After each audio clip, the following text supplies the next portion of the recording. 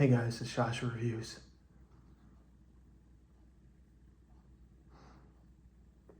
Halloween is almost upon us. I don't really know how I'm going to talk about this movie in particular. I'm contemplating.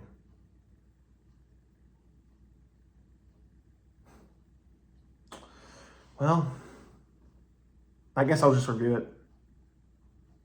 I don't know where I was going with that. Collingswood story. So, Collingswood story.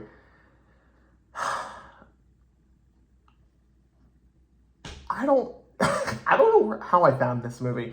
Again, if you watch my last review for Ghost Watch, I stated in that movie that after watching the movie Savage Land, I was obsessed with finding mockumentary, found footage type movies. And everyone kept pointing me to the Collingswood story, which, again, had a very limited release, but eventually got a Blu-ray release. And I got this for Christmas. And I love this so much. It is so good. I love this cover. This is one of my favorite covers, like on any like Blu-ray release. This cover is awesome. So this movie is very interesting, and it's going to be very interesting to talk about. It seems like every movie I review, I have some sort of fucking story with it. I don't know, man. Take it or leave it.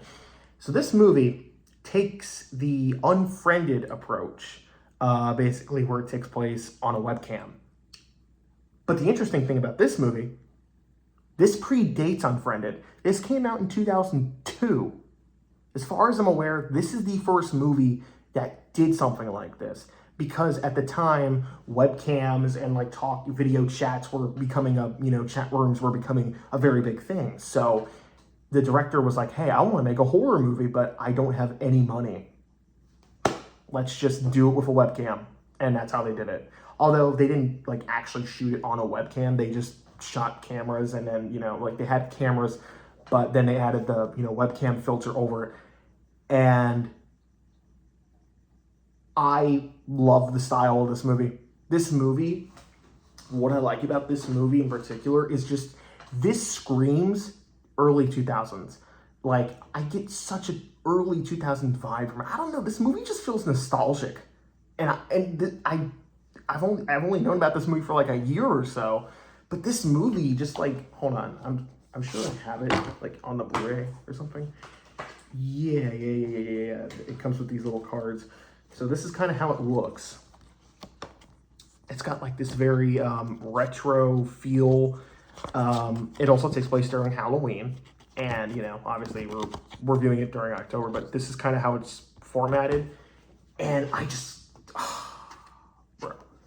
Bro, I love it. I love the way this movie's presented. I love it when movies stylistically they're stylized this way. But anyways, it's about this girl who, it's her birthday and it's close to Halloween, and she just moved. I think she's like on a college campus or like a sorority house, and she's alone for like the weekend.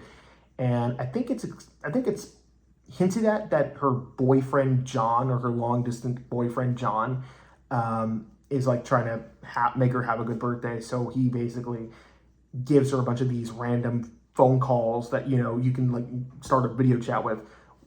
Some of them are weird. One's like a singing telegram. One's like a weird naked dude who just basically you talk to. It's funny. But then she gets to the seance lady where she tells her that the place she's living in is haunted in some way. And then the guy, John, decides to, he goes to the seance lady and she tells him to basically be careful, because the house she's staying in and a property in Collingswood, the neighborhood she's in, there is a house there as well that's haunted where like this man killed a bunch of women. And this movie does a really good job at like portraying, like, this movie is almost like it has like a mystery to it. Like, this movie really is like I don't want to say like a murder mystery, but there's like a eerie presence. Every time I watch this movie, I'm just like, I feel like I'm being watched. I feel like I'm being watched by something. And that's how the characters like react. They feel like something's wrong, but they don't really know quite what it is. the danger doesn't really get them until like late into the film. Like the whole movie is about like piecing together the clues about what happened in Collingswood. And the boyfriend John is basically piecing it together. He's going to different websites and we see through the webcam like what happened. So everything he's reading on the website, we're reading, but it's not something he like reads out loud. So he's just kind of browsing through. If you want to pause the movie, you can do it and look at it, but you may not pick up on all the small details.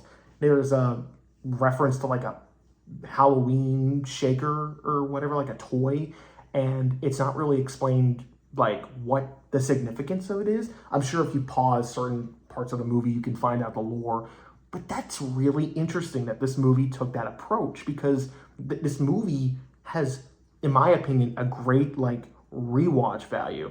Movies I feel like that have great rewatch value, in my opinion, are movies that I think, work really well on rewatch, are movies like this, where you can piece the little details like upon rewatch.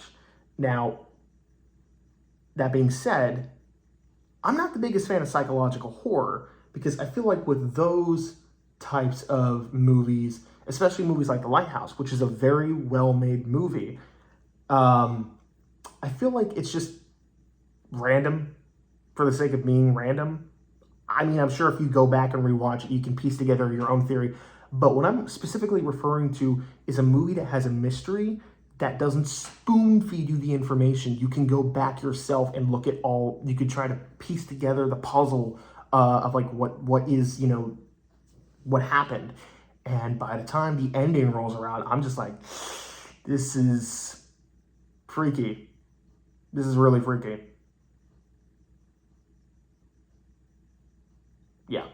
Yeah. I think the ending to this movie is very freaky.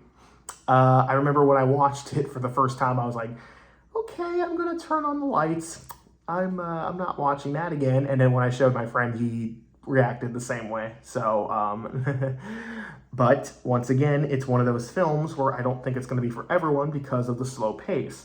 This isn't like Unfriended, where it's through a webcam video chat call and, they're constantly arguing at each other. Yeah, there's arguing in this movie from the two leads, Rebecca and John, but the actors portraying Rebecca and John do a really good job. I think the director even said that he wanted to find actors that did like improv, like classes or something. But fuck, man, the director did a good job picking out the actors because the actress who plays Rebecca is phenomenal. I love her, and I wish she was in more movies. I think the only, like, she's not really in a lot of, like, well-known movies. I think the only other one I can really think of is, like, Halloween 4, where she's, like, one of the kids that bullies Jamie. And as for John, I don't know what the fuck he's doing. he could have done more stuff, but, I don't know. But both leads are really good in this movie, and they really sell it for me. And the fear that both of them have when shit like does start going down, it just felt real. This movie feels very real, nostalgic. This is like the perfect analog horror type movie. If you guys don't know what analog horror is, it's kind of like this, I don't really know how to describe it actually, but I mean, you know what analog is, like analog technology. It's like VHS horror. If you go and type in analog horror, you'll get like different results for like different, series. Like obviously if you've heard of the FNAF tapes or Mandela Catalog, this movie, in my opinion, feels like an analog horror type movie, and I love it because I love analog horror. By the way, I think there's a specific series you should probably check out. It's called Rockwell Forest. It's pretty good. I want to check that out. But this movie, in my opinion, feels really authentic to that style. And the way it's portrayed and the way the mystery kind of unfolds, you're like, what is going on in Collingswood? And then by the time it gets to the end and when things are revealed, you're like, oh, okay, that's bad. That's bad. Okay, I want to turn on the lights. But that being said, this movie is very slow paced. There are some parts that kind of drag. I feel like there is a part where John is talking to his buddy, which he's fucking hilarious. I think his name is either Billy or Peter. But he's funny. His best friend is my favorite character in the movie because he's just a joke character. I love comedic reliefs like that character. But some scenes with him don't really add anything to the plot. I feel like there are some parts you probably could have cut out. I feel like there are, towards the end, they do kind of throw in this half-assed drama that doesn't really like go anywhere. And the movie's very short. This is a very short movie. It's only like an hour and 20 minutes. And even then, I feel like some of the editing choices towards the end, while it's very creepy and works very well, I think some of the editing, like nowadays, like especially nowadays, doesn't hold up the best. But again, this was a very limited budget, I'd imagine, so I'm willing to forgive that. But other than that, this movie works very well for me. But again, it might not be for everyone. Many people will probably find this movie boring. I didn't, so I'm gonna give it an A. So again, love this cover, love this movie. Go check it out. And I think it's time we switch formats. Let's review Cobweb. That movie seems fun, right?